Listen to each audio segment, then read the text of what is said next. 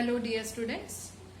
We are now moving on to the next types of reactions. In the previous period we have seen two types of chemical reactions. One was decomposition reaction and the other is combination reaction. Now in this period we are going to move on to displacement reaction. So as the name is displacement reaction, it is a reaction in which one element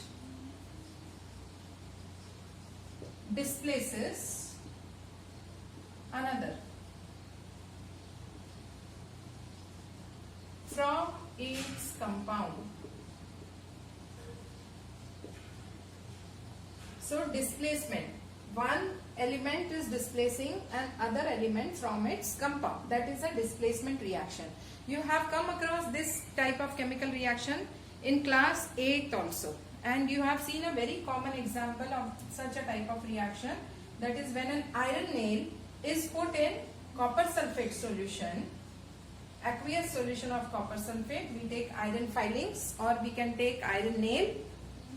On reaction you get copper metal and FeSO4 aqueous solution. So this is a very familiar example. I will also share a link of activity of this reaction, how it happens, how the change in the color and all takes place. Now let us understand this reaction. Iron is displacing copper from its compound. The compound is copper sulfate. The definition is a reaction in which one element is displacing another from its compound. So which element is displacing? Iron. Iron is displacing copper from its compound CuSO4. We can call it as a salt solution of copper also. So iron takes the place of copper, and what becomes? It changes into FeSO4. Copper, on the other hand, it is going out of the solution, so it will go out as copper metal. Now where it will go? It will get deposited on the iron itself. So if you are taking a test tube and you have a solution of copper sulfate, and in this you put an iron nail. This iron nail is originally of grayish black color, and copper sulfate solution is blue color, peacock blue or just blue color. Now if you keep this iron nail in this test tube for some time, then copper will get displaced. Copper goes out, iron goes in the solution. So Fe goes inside the solution, means it will become FeSO4, and copper moves out, means it will become copper metal. Now this copper metal which is going out will deposit on this Fe, means this nail, the color will change. There will be a deposition of copper metal, and after some time it will turn reddish brown. So the change in the color of the nail, it will be from grayish black to reddish brown. And the solution which was blue in color, this color is blue. This solution now slowly changes to FeSO4 solution, and the color of FeSO4 solution is pale green. So the color of the solution will change from blue to pale green, and the color of Fe, which was grayish black, changes to reddish brown. Color of copper is reddish brown. So there will be a reddish brown deposit on the iron nail which is put into it. Similarly, instead of using an iron nail, you can also use iron filings, small pieces of iron metal, if they are put and shaken. So the same changes you will get to see. There will be a reddish brown deposition on the iron fillings. Okay, so in general we can write, there is an element A and there is a compound BC. So A is displacing B. B goes out. This will become AC plus B. So one element is displacing another element from its compound. In the previous classes you have studied that a more reactive element displaces a less reactive element from its salt solution. And generally you have seen this reaction for metals. So more reactive metal displaces a less reactive metal from its salt solution. Iron being more reactive displaces copper, which is less reactive. So this displacement reaction, what is the primary or the basic condition? The element or the metal which you are using has to be more reactive than the metal which is present in the solution, in the salt form or in the compound form. Iron is more reactive than copper, so it can displace. But had it been instead of iron, we would have taken silver. So if you have taken a piece of silver and put it into copper sulfate solution, there will be no reaction. Why? Because silver is less reactive than copper. So the basic requirement is the element has to be more reactive than that element which is present in the compound. So the addition in this statement should be a reaction in which a more reactive element. How is this element?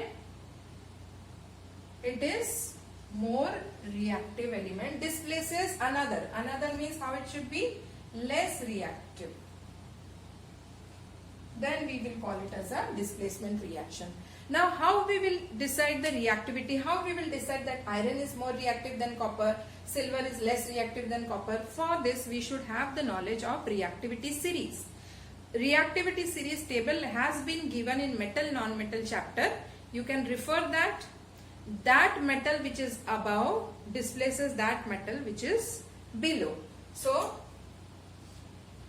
above displaces below. Means in the reactivity series, iron is up, copper is down. So iron can displace copper. Below copper there will be silver. So silver is less reactive than copper. So silver cannot displace copper. But iron can displace copper. Same way zinc will be above iron. So zinc can displace iron in this way. So children, please refer to the reactivity series and learn the reactivity series in order to decide which will be a more reactive element and which will be a less reactive element. We will see now some more examples. Here we have seen an example in which the compound is in the solution form and it is a salt solution. Here we have used copper sulfate solution and iron metal. So we can say a more reactive metal is displacing a less reactive metal from its salt solution. But it is always not necessary that it has to be a salt solution and it has to be a metal. Another example, let us see. Okay, so first example was this one. Children, also remember the color changes. Fe is grayish black, CuSO4 is blue, FeSO4 is pale green, copper is a reddish brown metal. So color changes, on the basis of color changes also questions are asked in the board. Another example, let us take zinc plus sulfuric acid. You get ZnSO4 plus hydrogen gas. In this reaction, if you see, zinc is a metal and it is displacing hydrogen. It displaces hydrogen. So you are getting hydrogen gas. So here one metal is not displacing the other metal. A metal is displacing a non-metal hydrogen. So it is not essential at all that one metal has to displace another metal. One element is displacing another element. Only the condition is that the element has to be more reactive than the other element. So zinc being more reactive than hydrogen, it can displace hydrogen from its acid solution. A solution where H plus ions are there, so it will be acid. So zinc is displacing hydrogen. It will become zinc sulfate and hydrogen gas will be released. So this is also a displacement reaction. Let us take one more example.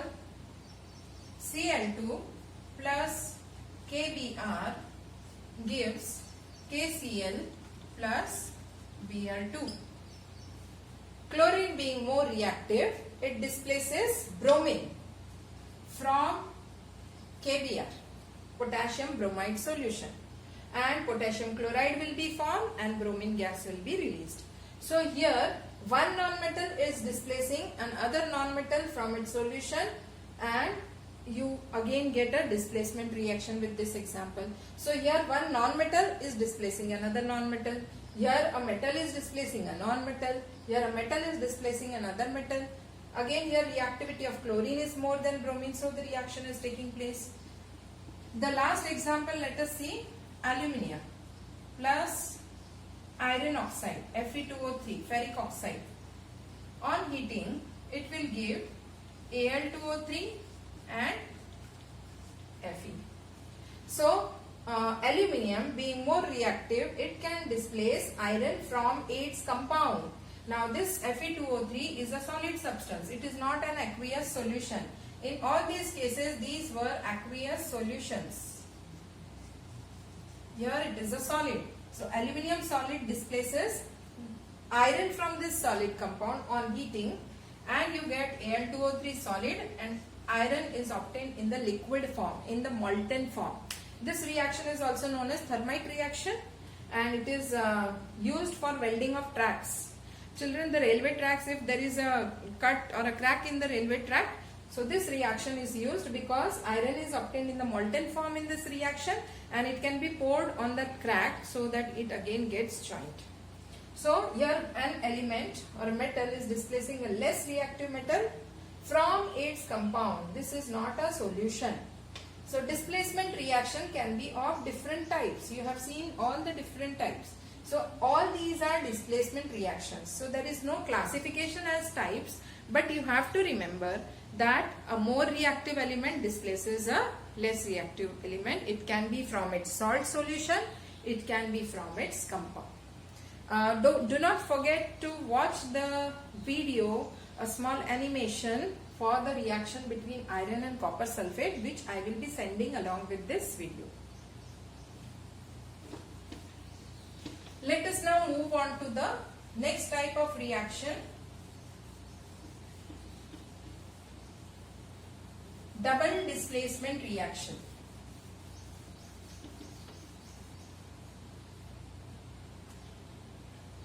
The next type of reaction is double displacement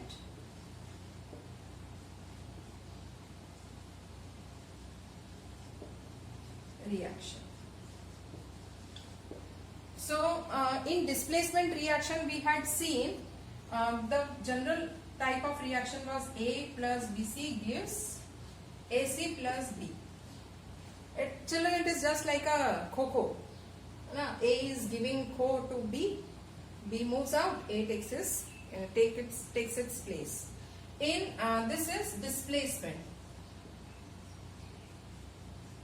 Now, in double displacement reaction, there are two compounds. Here, there is always necessary that one element will react with the compound. In double displacement reaction, two compounds are reacting and both the compounds are ionic in nature. So, there will be an exchange of ions. So, A is a cation, B is an anion, C is a cation, D is an anion. So, A will go with D and B will go with C. So, AD plus BC. These are the products. So, what is happening? Basically, exchange of ions is taking place. Cation goes with the anion of other, and cation of that will go anion of the first one. So, this is a double displacement.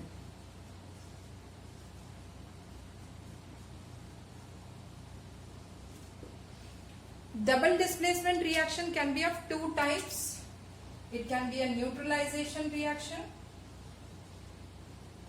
We have seen before in class 8, what is a neutralization reaction?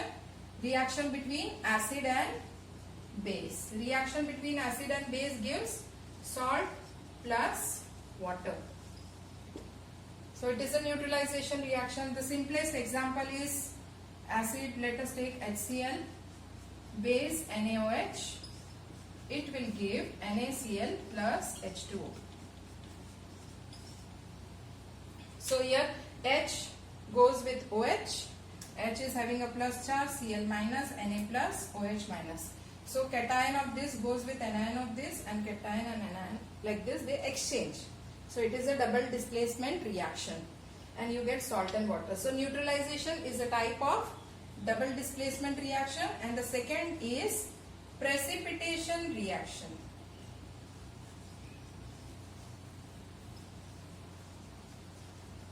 in precipitation reaction, two solutions are mixed to form a solid substance. That is known as a precipitation reaction, and the solid substance we call it as a precipitate. So this reaction also you have done in class 9. Barium chloride aqueous solution, it is mixed with sodium sulfate aqueous solution, and it gives precipitates of BaSO4. Solid substance, you get white color precipitate and you get an aqueous solution of NaCl. So this is a precipitation reaction. One more activity we have seen in the very first video of this lesson, wherein you are getting yellow color precipitates. Children, if you remember, PbNO3 twice, aqueous solution we took. And I had shared you one video also of this. And it is reacting with aqueous solution of Ki. And you get PbI2 solid. So these are yellow color precipitates if you remember. And KNO3 aqueous solution is formed. So both these are precipitation reaction. Here the precipitate is BaSO4 and here the precipitate is PbI2. Questions from the color, which precipitate is formed, what is the color of the precipitate. All these questions are very important for our board exam point of view. So in this chapter, whatever reactions you are preparing, just see that wherever activity is there, you just learn the changes, the observations, the colors, because all such questions are asked in the board exam. Okay, so I am again sending one more link. You see the YouTube video of performing this reaction, precipitation reaction. So I hope that you have understand double displacement reaction also and displacement reaction also. And don't forget to watch the videos which I am sharing through a link. Here we are completing the 4 types of reactions. One is combination, other is decomposition, displacement and double displacement reaction. Now next we are moving on to oxidation and reduction.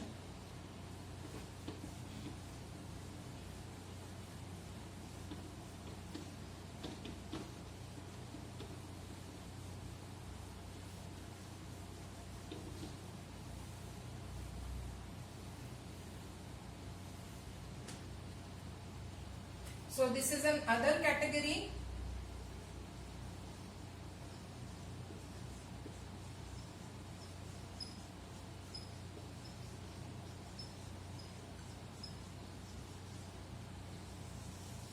This is another category of reaction. Basically 4 types of reactions are there.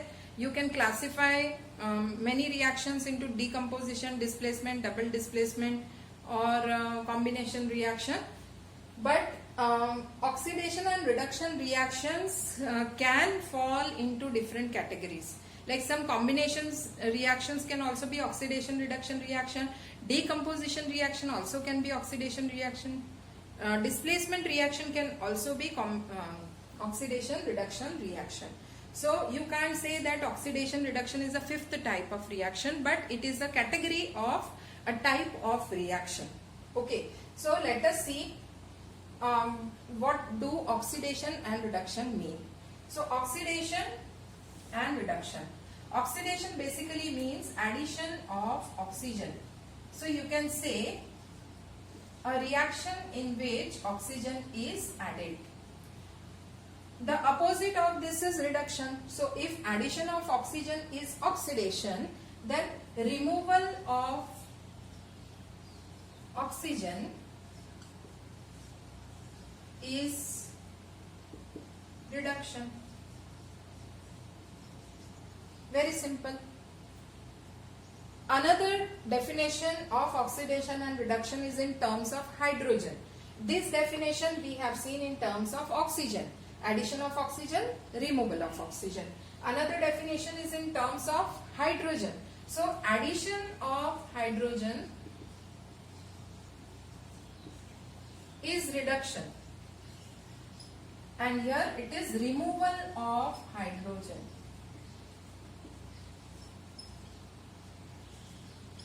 So in a reaction, either addition of oxygen may take place or removal of oxygen may take place, or this can take place. Depending on that, you can identify whether it is an oxidation reaction or it is a reduction reaction. But let me tell you children, just like a coin has two sides, a head and tail. If I tell you, remove the head and keep the tail with you, can you do it? No. The answer is no. You can't remove either head or tail of the coin. If you pick up the head of the coin, the tail also will come along with that. Same way, you can't separate the poles of the magnet. North pole and south pole always go together. If you cut the magnet into two halves, again north and south pole will be generated. So same way here also, oxidation and reduction are two reactions, but they always occur simultaneously. If oxidation is taking place, then reduction will also take place. So in a single reaction, one substance will get oxidized and another substance will get reduced. Let us see an example. For example, if copper oxide is heated with hydrogen gas, you get copper metal and H2. Now, your two substances are reacting. One is copper oxide and the other is hydrogen. Now, if I see copper oxide on the left hand side, that is on the reactant side, and I compare it with where is copper on the right hand side, so I find copper is here. Now, what is the change which is taking place from reactant to product? If we see that earlier oxygen was there in this compound. Now, after the reaction is over, oxygen has been removed. So, oxygen has been removed. The removal of oxygen is reduction. It means that copper oxide is reduced. So, this is the substance which is undergoing reduction, or we can say it is reduced. On the other hand, if we compare, so this is one comparison and the other comparison is of hydrogen to water. So if we see hydrogen and water, compare the two, earlier hydrogen was not having any oxygen, and after the reaction is over, the product formed has oxygen with it. Means hydrogen changes to water. It means that hydrogen is undergoing oxidation. Addition of oxygen is oxidation. So here what happened? Reduction took place. Here oxidation took place. If oxygen is lost, there will be someone who will take that oxygen. Or if hydrogen is lost, then there will be some other element or some other compound which will take that hydrogen. So oxidation and reduction can't be two separate reactions. Always oxidation and reduction will go simultaneously. So such a reaction where oxidation and reduction take place simultaneously is known as a redox reaction. It is known as a redox reaction. So there are two halves of the name, red and ox. So red comes from reduction, this part, and ox comes from OX, oxidation part. So a reaction in which oxidation is also taking place, reduction is also taking place is known as a redox reaction. So today we have seen the definition of oxidation and reduction reaction or redox reaction in terms of addition of oxygen, removal of oxygen, removal of hydrogen, addition of hydrogen, means only in terms of oxygen and hydrogen. There is one more concept which defines a redox reaction, and that is gain of electron, loss of electron, means the electronic concept. Now in your NCERT syllabus there is no such concept directly given in the textbook, means you will get such type of questions wherein hydrogen oxygen will be there and you have to identify which substance is oxidized, which is reduced, and which is the oxidizing agent, reducing agent. These all things we are going to discuss in the next class. But the electronic concept which I said, that will not be asked as a direct question to you, but its application is there to understand many different processes.